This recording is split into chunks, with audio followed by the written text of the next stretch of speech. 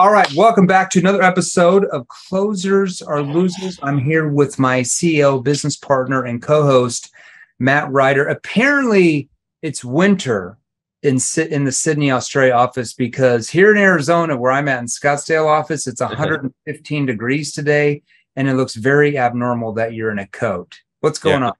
Well, I was actually just in New Zealand on a glacier a couple of days ago, so it was cold up there as well. So.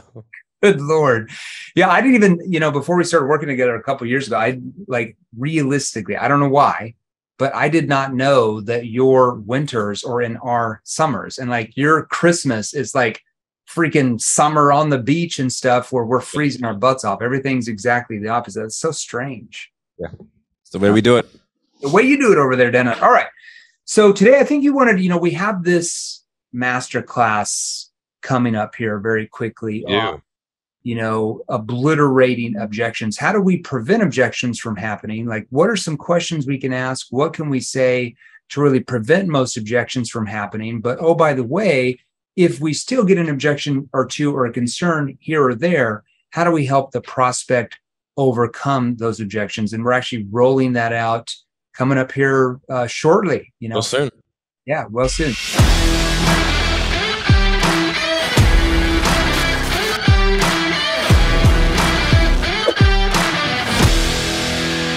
Should we talk a little bit about kind of what we're covering or what would be appropriate?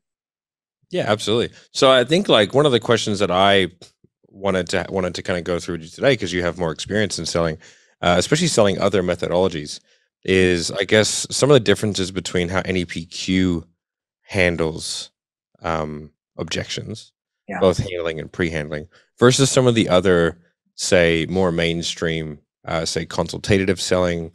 I don't know what you call it, but hard selling. Boiler room selling. Yeah, boiler room selling. So more of those adversarial era 1 and 2 type sales techniques. And then I guess why you feel like they're not optimal. First of all, let's just walk back and unpack it a little bit. So we have to understand that when we have to understand the psychology of a prospect. Okay, we have to understand that there are certain things that we say in that sales process, whether you're selling B2C, might be a 1-call close or a 2-call close, or maybe you're selling in a B2B environment that's more of a complex selling environment. Maybe you get a 6 to 9 month sales cycle. There's just, different industries, different things. But we have to understand there's certain things that we say in jargon we use, sales jargon we use, like follow up, I'm here to follow up, I'm just checking in, just as an example. And questions that we don't ask, or even questions we do ask, what's keeping you awake at night, that actually trigger the objections we're actually getting, that actually put the objections in our prospect's mind. So we want to focus on first eliminating those type of things, because when we use more neutral language, and we can talk about that a little bit in a second, but when we eliminate a lot of that languaging, those words that every salesperson uses that tries to sell any type of prospect all the time, and prospects are used to that, so they build up walls of defenses. When we eliminate that from our vocabulary, we reduce the objections we're getting right now. So if we can prevent, let's say, even half of the objections you're getting now, think of how many more lay down sales you get. Selling becomes a lot easier, more people are chasing you, and that. Now, that doesn't mean that you're not necessarily going to get a concern here and there, but we can drastically reduce those by 50 to 70%. And oh, by the way, if we do get an objection because of NEPQ, because of the trust we've built, not by asking them how the weather is or, building a relationship of trust by asking them how they're doing, because none of that builds a relationship of trust, but by our questioning ability allows them to view us at a much higher status in that topic we're discussing. So they view us more as the expert or the authorities in what we're talking about, okay, because of the questioning that we're asking that they've never really had somebody ask. I was interviewing a client here in the Facebook group about an hour ago, and he's like, man, this is crazy. I'm in the advanced inner circle for 2 months, and the sale today, I made a 10K commission. It was like the biggest commission of my life. And I asked this question. I said, I felt really uncomfortable asking this consequence question. And the prospect sat back when I asked it and said, I've never had somebody ask me that. I've never even thought about that. And then he went in and poured out his emotions. But just by having that prospect say, I've never had somebody ask me that, triggers that prospect to view that sales rep as having a higher status. He doesn't sound like everybody else. So typically what we see from like boiler room selling is they trigger most of the objections. They trigger most of that sales resistance. And then what happens? They spit out. Just roll that back and give me an example of, I guess, what you would consider that kind of boiler room selling and something like a setup that somebody would use. Yeah, boiler room selling is more like talking about the features and the benefits and telling people why should we, why they should go with us. We've got the best this, we've got the best this. Starting the call, hey, starting outbound lead, hey, do you have 2 minutes of your time so I can talk about how our solution can save you money? Just little things like that where the prospect knows you're not really going to take 2 minutes of their time, or saying things like, hey, at the end of this call, I'm going to give you the right information because you need the information for you to make an informed decision. Well, every prospect knows when you say to make an informed decision, what does that mean? Your solution is the informed decision. Like, people aren't stupid, right? This is not like 1943. Like, people have gone. So would you say that boiler room selling is like the predominant methodology? Because if I look back to movies like Boiler Room or Wolf of Wall Street, it's sort of, I guess, trying to trick the prospect into buying. Yeah, I guess it would be kind of like the easiest way to describe it, right? It's old school. Kind of put them in a position to where they feel stupid if they don't buy. Putting them in a corner. Like when I first started, a long time ago, when you were a client before you became CEO and business partner, a long time ago, 3 years ago, you told me like, hey, I'm really good at boxing them in a corner. That's kind of, you obviously you were kind of a mixture, I would say, of hybrid of consultative plus boiler room. So yours was better, but you were boxing people in a corner where it would work with some people, but then other people, like, they just ghosted you, right? Like, they just left, you're boxing them in, like, you're getting them in the corner where they have to admit, and they know that I don't want to say manipulating them, but really that's your questions are like forcing them to answer one way. That's what I'm talking about. We should do a review one time. I've got a video of me before NEPQ of me objection handling a guy for about 25 minutes after he bought. So what happened was he bought, he paid. Then on the onboarding call, tried to pull out. The coach messaged me while he was on the onboarding call and said, hey, this guy's trying to pull out. So I came on the call, and for about 25 minutes, like, ruthlessly objection handled this dude, to where he was having to admit that if he didn't move forward, he was a bad business owner, a bad leader, wasn't all that kind of stuff. But it'd be interesting to review that, because it's, and the guy ended up like saying, okay, I'll stay. And then, a week later pulling it anyway. Yeah, right. So right, we externally persuaded him, but it wasn't internal. And because of that, he got buyer's remorse and he eventually pulled out anyways, right? So that's what I'm talking about, more boiler room selling. You hit it right on the head. It's manipulation. It's sales pressure. If I could say the word sales pressure is manipulation. Now, consultative selling came out more in the 80s with books like Spin Selling, Neil Rackham. There was others, and he's a professor that taught that you needed to ask logical based questions to help you find out what the needs of the client were.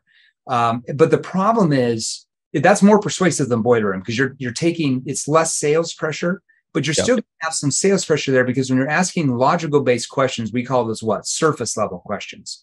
And when the prospects stay surface with you and they never open up, what do they typically do at the end? Oh, this sounds really good. Let me take some time and think through this. I need to talk it over with my spouse. If you sell B2C, if you sell B2B, I really need to run this through the board and some other decision makers. We need to keep doing more research. I need to keep looking at other vendors. I want to get more quotes, because you just stayed surface level and there's no emotion there. There's no urgency. There's no urgency. You didn't build a gap in their mind from where they are compared to where they really want to be. Now, you'll get to get more sales than boiler room. I really do believe, because your questions at least help them see some gap. But they really build the gap this big from NEPQ because they really emotionally open up. And not only do they tell you what their real problems are, but here's the key. They tell you the root cause of the problem, what's causing the problem, and most importantly, how the problems are actually personally affecting them.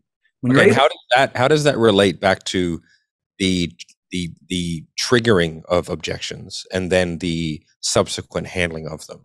Because what happens is, if I'm using NEPQ, like our clients are, And I'm able to help the prospect build this massive gap from where they are compared to where they want to be. And they're starting to view and see, and most importantly, feel all of these newfound problems that they didn't even know existed 20 minutes before that conversation, let's say, or the proposal call or demo call, whatever you're doing, B2C, B2B. Yep.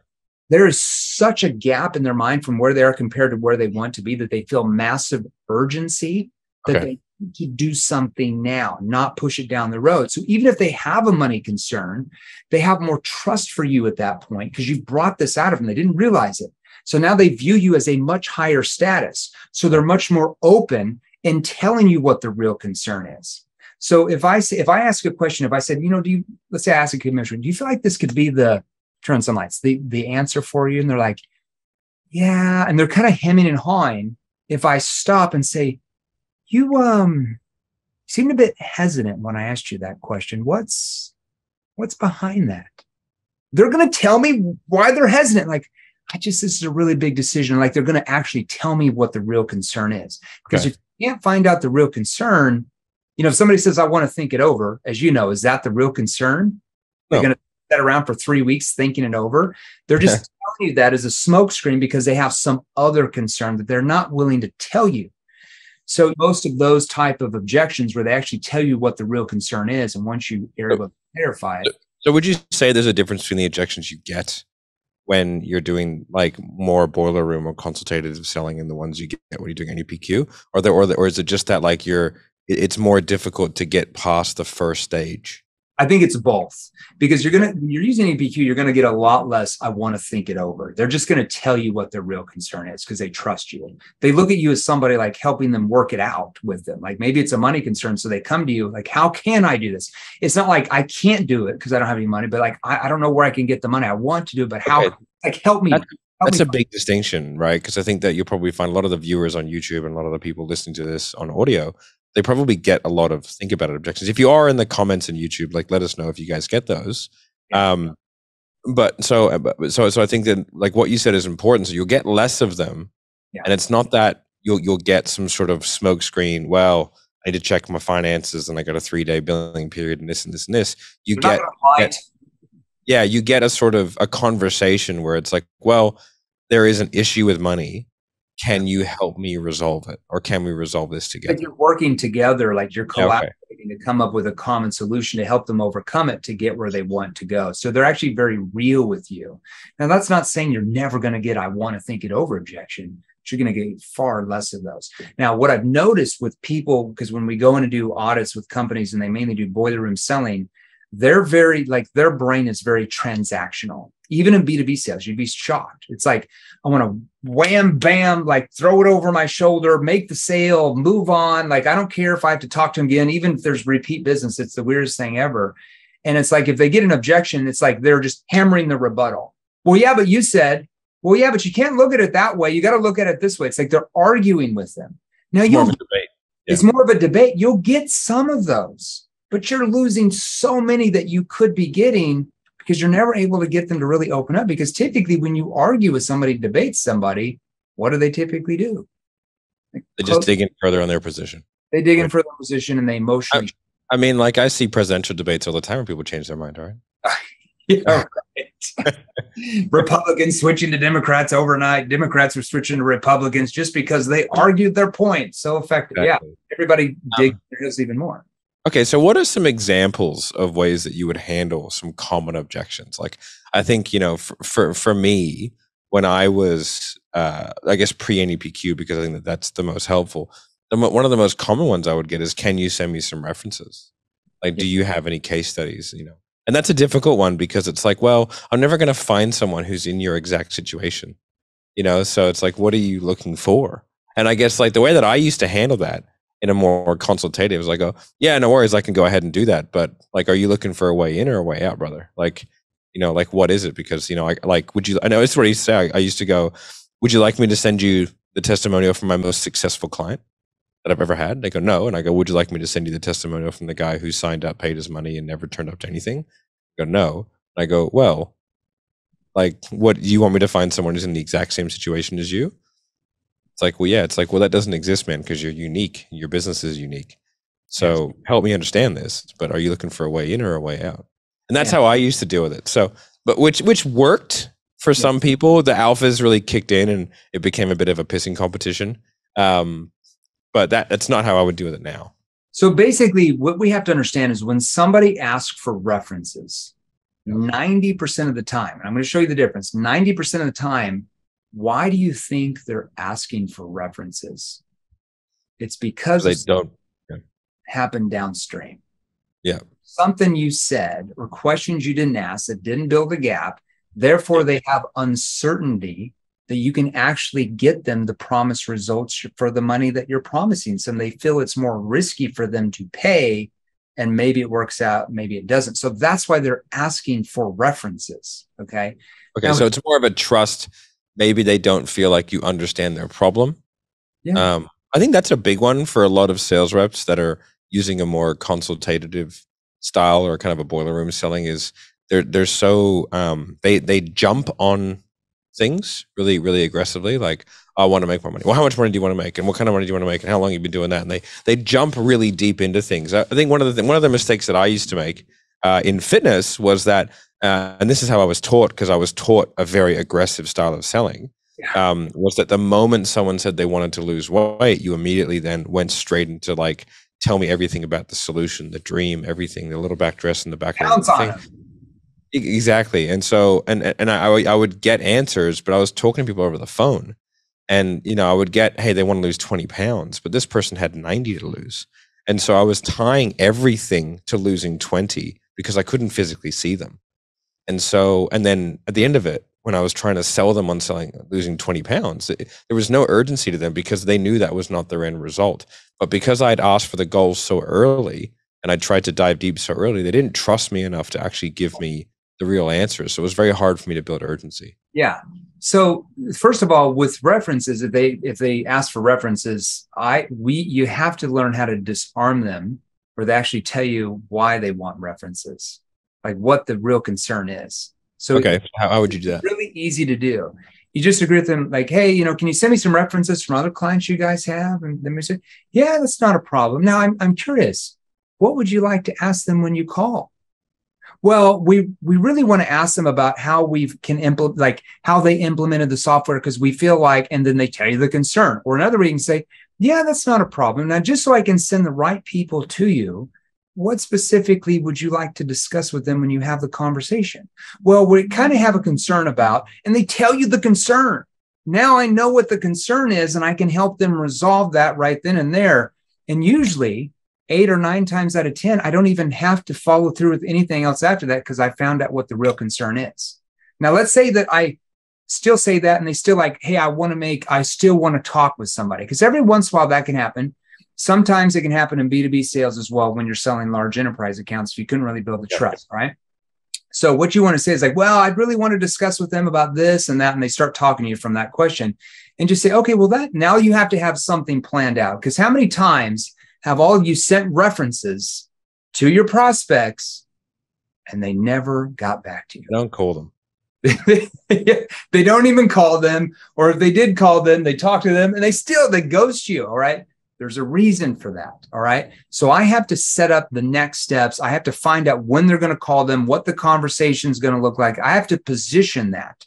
So I say, yeah, that's not a problem. Now, just so I can send the right people to you, like what specifically would you like to discuss with them? Well, we have a concern about X and Y and Z. Let's say you can't help them overcome that. I would try to overcome that right then and there. Okay. Well, that makes sense. When do you plan on calling them, just so I can let them know to see if they'd be available for you? Now, why would I want to know when they're going to call the references? So you can set up the next step. Yeah, because if I just send references like, hey, get back to me when you call them, man, what are you going to do? Call 2 days, say, hey, did you talk to John? No, I haven't talked to John yet. Well, what are you going to do then? Like, I think not doing that probably cost me $100,000. Exactly. I used to get that a lot. I used to get the reference one all the time. Yeah. So it's like I look at the references as like, I want to think it over. It's not the real concern. Like that concern to me is just like, I want to think it over. I know it's not the real concern. Okay. So I have to find out what I have to disarm them, find out I agree with them. It's not a problem. Just so I can send the right people to you. What specifically would you discuss to them? Oh, I'd like to talk about, and I'm like, okay, that's the real concern. And I'm going to try to overcome it there. If I can't, then I'm going to say, okay, well, what I can do, that makes sense. When do you plan on calling them, just so I can let them know to see if they'd be available for you? Prospect says, well, maybe I can call them tomorrow afternoon if that works, or Tuesday at 5. And then you have to position it better.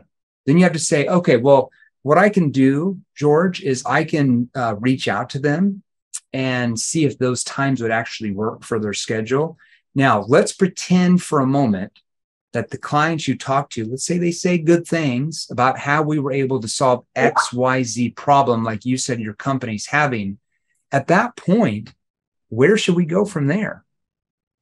I want to hear what they say next. Now, if they say, well, at that point, we just got to see if we've got the budget. That's the budget. Something, that it's a money concern.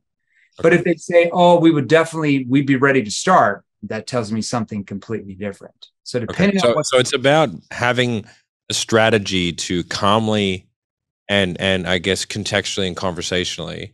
It's 3 C's: calmly, contextually, conversationally, right? Trademark that. Yeah. To be able to disarm the initial objection so that you can get to the real objection, but not have it come out in a way with like a sort of like an objection handily type way. Yeah, because it's very selling and you just jump in with your rebuttal, you don't really know what the real concern is. Yeah. Like, you're just guessing, right? It's like you're hoping it works out. What I want to do, first of all, I understand that we need to disarm the prospect first, so they're willing to open up and tell us what the real concern is. Because if we can't disarm them, we're done for the most part. We get lucky here and there, we'll make some sales, but you're not going to make the same sales that our clients are making that know how to disarm the prospect. As my mom used to say, even a blind squirrel finds a nut every now and then. Right? Brian Tracy, that's a good quote. I love that. All right. So where should people go if they want to find out more about this information? Yeah. So first step, join our Facebook group. Go to salesrevolution.pro, salesrevolution.pro. Go there now, because we're going to make some very important announcements about the masterclass that's coming up. I mean, it's coming up very shortly. And about the masterclass, what we're going to cover, what specific objections. We're capping that at 1,000 people. So what's that? We'll be capping it at 1,000. We are capping that. This is going to be a much smaller masterclass. We have a few hundred registrations already. We only just opened them up. So yeah, last one we had like 6,000 or something. This one's going to be a much smaller, it's a shorter masterclass. I think it's going to be 1.5 hours to 2 hours instead of over like 3 days. So we're going to cap this at 1,000.